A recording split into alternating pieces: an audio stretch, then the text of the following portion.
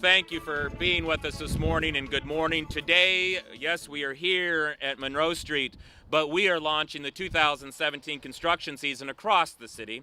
As a part of the new strategic plan with the City Council, we're working to improve the experience for our traveling public.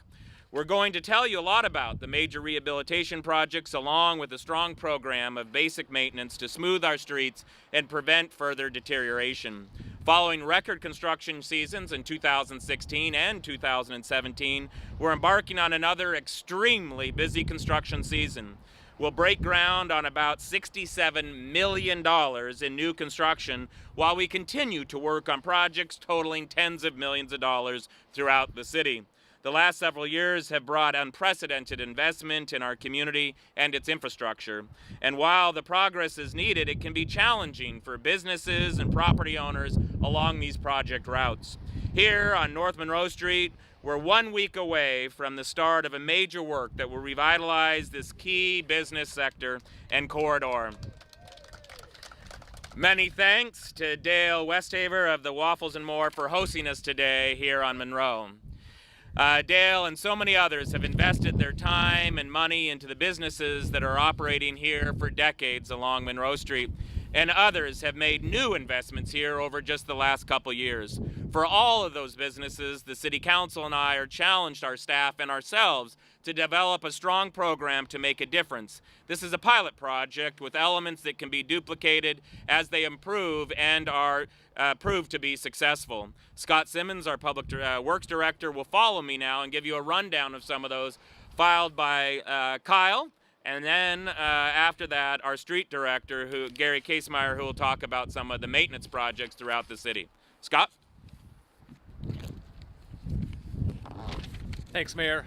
Good morning, everyone. We took your direction to provide a way to acknowledge the impact of construction on businesses and property owners. As you noted, in partnership with the City Council, we launched a comprehensive program designed to assist businesses here on North Monroe. First, we committed to complete this project in a single construction season. Not a small feat by any means. We divided the project into 2 phases, and we've hired 2 different contractors to perform the work. We're effectively doubling the workforce that is out here to get the project done and completed more quickly. Based on the lessons that we learned from the East Sprague project last year, we've worked to improve directional signage for businesses for the detour route. We've worked to increase the type size and adding logos to it. And we'll use a successful construction approach of closing 4 block sections at a time, and then completing the work on those 4 block sections and switching and doing the next 4 block sections. These full closures will allow the contractors to move more efficiently and more quickly through the work sections. We've also strengthened our communication efforts with businesses and property owners through our construction relation manager, Michelle Vasquez, who's undergone a lot of outreach individually with property owners and businesses along the corridor, along with Jonathan Adams, our lead design engineer on this project as well. We've also worked to develop a suite of business assistance programs. The WSU Small Business Development Center has offered one-on-one business assistance, coaching and planning services since this fall to businesses. The city has made $150,000 available in matching grants for facade improvements for businesses and property owners along the project corridor. Applications for these grants will be accepted starting on April 9th, my apologies. We've worked with Craft 3 to develop an operating loan program that is offering an affordable interest rate for those businesses and property owners. And Rogue Heart Media is developing a marketing program to help customers navigate the construction and get to their favorite businesses. A special thanks to Boris Borisov, who's a planner with the City of Spokane, for his efforts in those areas. The opportunity to enhance a street like Monroe through one of our defined business corridors is incredible, but it's not without its challenges, and we are working hard to invest in those areas and in other ways beyond just the street construction and revitalization. We've worked to tailor our assistance to the needs of the businesses on this corridor. We felt the facade improvement program and small loans could be very helpful here. That's a different need than what we found downtown, where making on-street parking more accessible has been the key. But this is an area that we need our citizens to play a role as well. Throughout this project, we want to support and encourage our community to be here and support these local businesses who will be affected by the construction. Come down here, enjoy a meal, enjoy a beer, enjoy a coffee. Get your vehicle fixed. Come purchase an appliance. Look for a cool antique. It's all here by businesses that are run by our neighbors. North Monroe is only part of this year's construction story. Kyle Tuig, our Engineering Services Director, will come and speak to how our rest of our season will come together. Kyle? Thank you, Scott. 2018 is another exciting year for us. In addition to Monroe, we have a number of major street rehabilitation projects throughout the city. Sharp Avenue will get a new look through a pilot project that will test new stormwater management technologies. 5 Mile Road will be revitalized and get a new roundabout up at the intersection with Strong Road. Sunset Boulevard from Government Way to the top of the hill up at Royal will be resurfaced and also get new amenities to accommodate pedestrians and cyclists. We have the final section of High Drive coming up this year as well, from 29th to 21st, and that is going to rehab the whole street and make some critical sewer infrastructure upgrades. From there we move into the University District. The new U District Gateway Bridge will be completed this fall and will connect with the new plaza on the south end that'll bring that landing and that connection all the way out to Sprague. The final phase of MLK Way will be done as well, completing that connection along the south side of the Spokane River and joining into Trent just east of Hamilton. Finally, we'll break ground on the last of our projects in the program to improve the health of our river. We have 6 major underground storage tanks already under construction, and those include the big sites downtown by the library, at First and Adams on the west end of downtown, along TJ Meenock, and in other locations. Our last projects will include a couple of small tanks in Kendall Yards, work along Main Avenue in Peaceful Valley, and the addition of underground swales in the West Central neighborhood. Throughout our slate of work, we're delivering benefits to our citizenry. Above ground benefits like community gathering places, trail connections, and enhanced vistas. Economic opportunities, and simply improved travel for our citizens regardless of their mode of transportation. However, major resurfacing projects and rebuilds is only a part of our efforts here to improve the travel experience. It doesn't always necessitate full reconstruction. Gary Casemeyer, our street director, is going to fill us in on the remainder of the maintenance work that fills out our program for this season.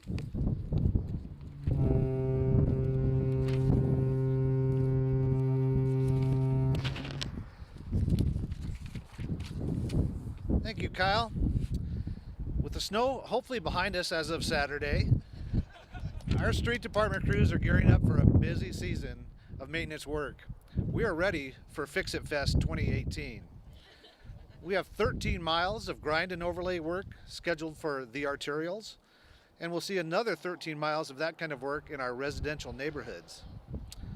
Work is already underway on Mission Avenue, and we'll see other improvements on Wellesley, Assembly, Altamont, and South Freya, just to name a few of the other maintenance projects.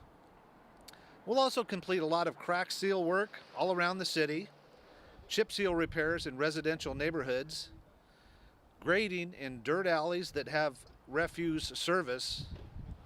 That's just in the alleys that have refuse service. And continue with potholes. We've already filled nearly 2,300 potholes this year. Street maintenance is really about 2 things: maintaining our good streets so they don't fall into disrepair, and holding together the damaged streets so our citizens can continue to use them in a safe manner. We'll be focused on both of these objectives this year. We'll do our part to improve the experience of the traveling public. Mayor? Well, thanks, Gary, and I just want to say it's great to be with all of you here today on this business district, which is so vital to who we are as a city, as each and every one of our business districts gets revitalized. I do want to recognize both Councilwoman Mumm and Stratton here today and their leadership, especially as we have funded some of these out-of-box thinkings, whether it be looking at our alleyways that we collect refuse on and really looking at ways differently than we have in the past and maintaining those. But then also working with staff and with the administration on these investments, unprecedented in our city history. So thank you to all of those that are involved in the construction and to the maintenance teams. This is another big construction year, to say the least. It does bring jobs, economic growth to our construction businesses, and we also see, as we've seen over the last couple pilot programs in our business districts, really a resurgence to those business districts, and I would expect the same here in North Monroe. Our citizens are up to the construction year challenge, I know, and we encourage you to visit your favorite businesses here on North Monroe and really throughout our city as we continue to rebuild our city and continue to maintain our streets. So with that, I'm happy to take any questions.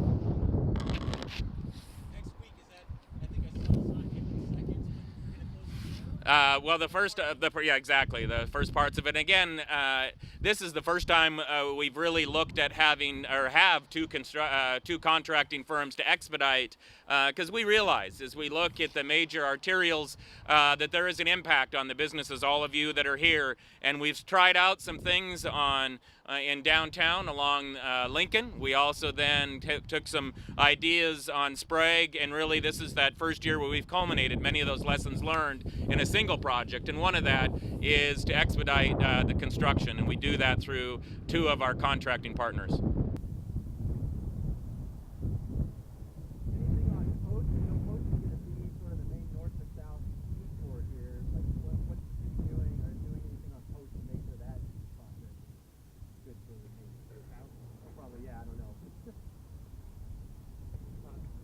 Post Street is actually going to get a restriping for the project in here. It'll be striped to a 3-lane section that'll help improve and make the movements on that street safer for the increased traffic volumes in here. So that'll shift the lanes around, and it'll actually create a little bit of a different driving experience.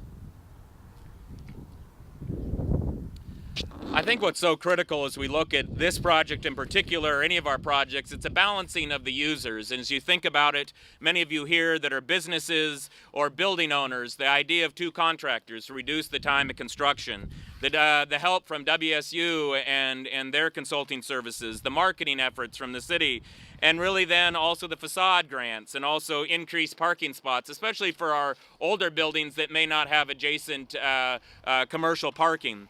For those that are involved with public transit, this will be really given the backbone for a high-capacity route, which is really exciting for us as we transition or really complement our STA program, but this will be a high-capacity route.